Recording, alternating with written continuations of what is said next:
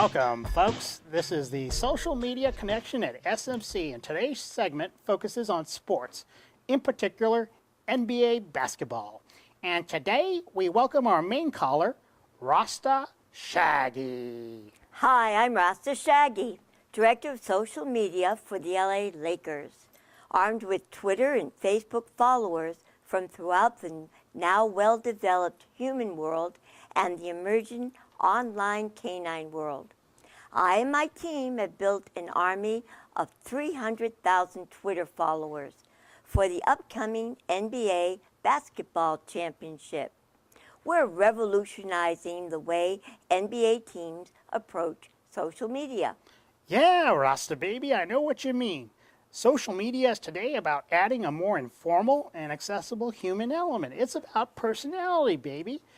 In a sport known for its fans, the LA Lakers Twitter handle is a terrific way of communicating with fans with insight, controversy, and feedback elements completely absent from those other NBA teams' own Twitter feeds. Don't I know it? Wolf. Throw me a bone.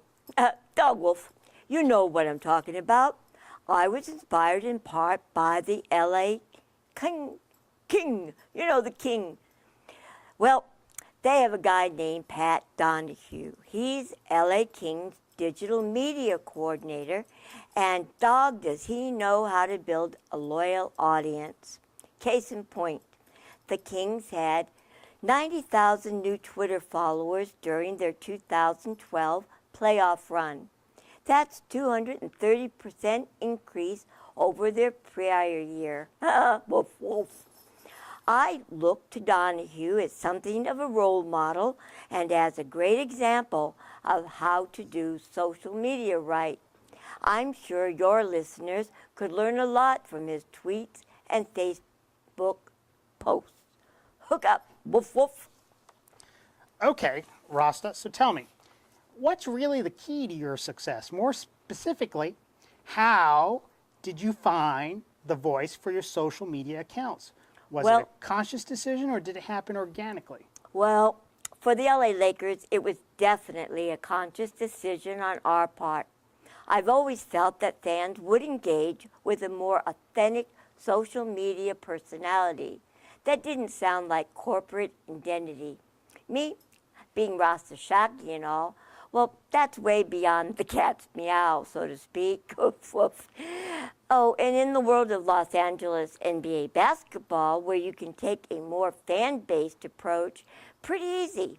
We saw the chance to do what other teams weren't doing. We were able to take a super engaged LA fan base and create primarily via Twitter and Facebook continuous feedback communications. That really brought our fans into the mix of the Lakers.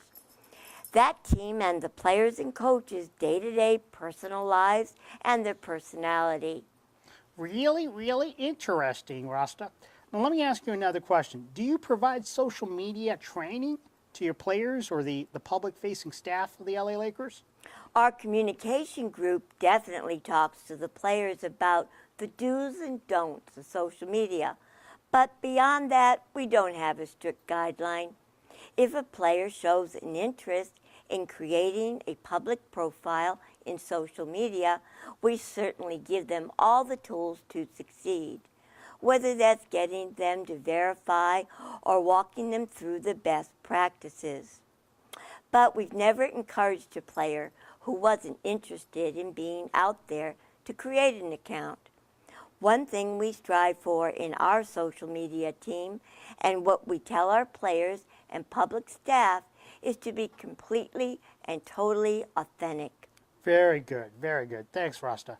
Now, it seems to me, based on my own observations, that the acceptance of social media can differ across different sports categories. Can you tell me what you think facilitates social media acceptance in basketball in particular? I think that LA Laker fans are tech savvy and live in a media-centric city, Los Angeles. Angelinos already place a very high value on social media, so I've been very lucky in that respect. But the company culture of the Lakers, which is to be bold, try things, and make headlines, was ultimately a great strategy for us to grab hold of when it came to our social media. Twitter especially thrives on that type of personality, and we knew that with the support of those above us, we had a security net when it came to towing that line and crafting our social personality. Very cool. Now, was there a tipping point when your social strategy gained real momentum? The momentum where people noticed was obviously LA Pitbull's Gone Wild tweet 2 years ago. Boy, did that put the LA Lakers on the map. We even got a lot of Chicago fans to follow us after that tweet.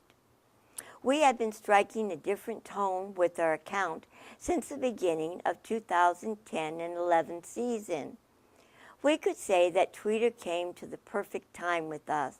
At one of the playoff series against them, it was played with the right mix of emotions for their fans, and that spread virally. By the next morning, it was headline news. The rest was history.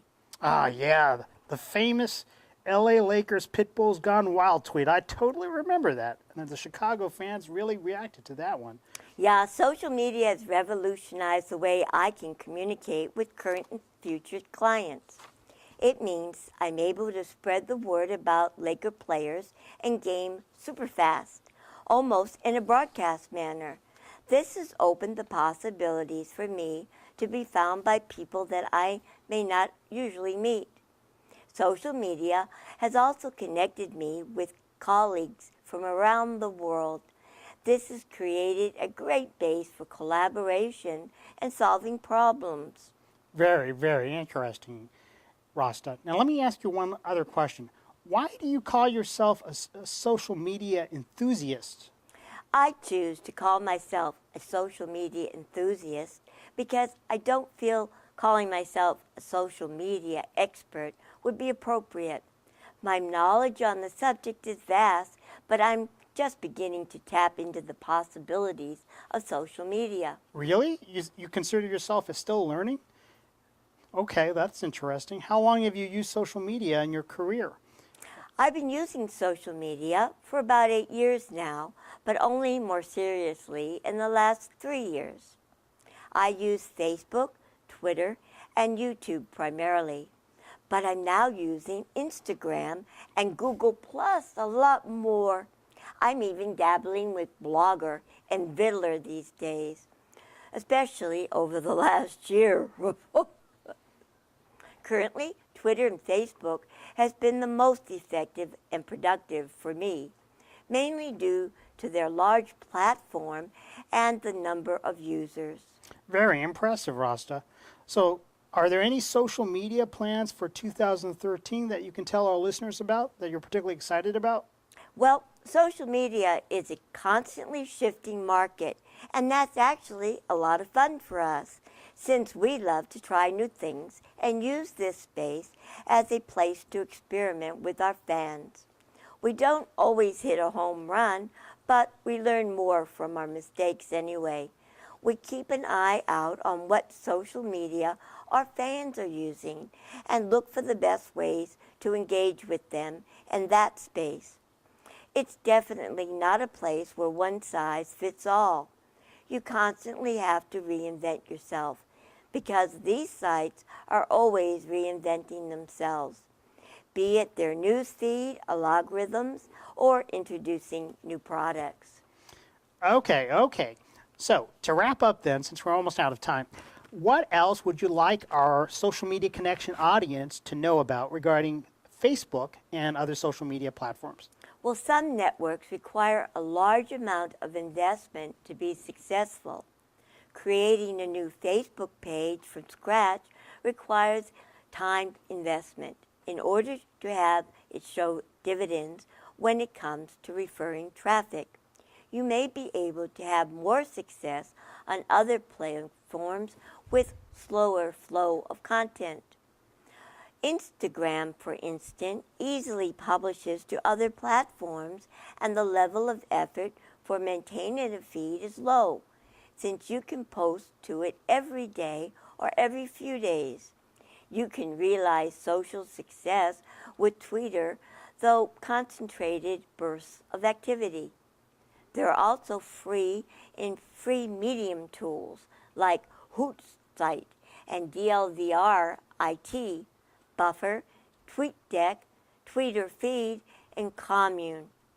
It and paid tools such as Social Flow, Showlit, and Sprout Social and Adobe Social also will help ease your workflows. Woof, woof. One other thing I'd recommend to your viewers is that they, as social media business promoters, use their web analytics, especially if they are on Google Plus, for strategy and sources. For example, check whether are you getting traffic from social sources you aren't actively curating. They should look at those sites and see if there are better ways to promote your great content or engage with the people who are already sharing your content. Awesome. Thanks, Rastashagi. Thanks for joining me.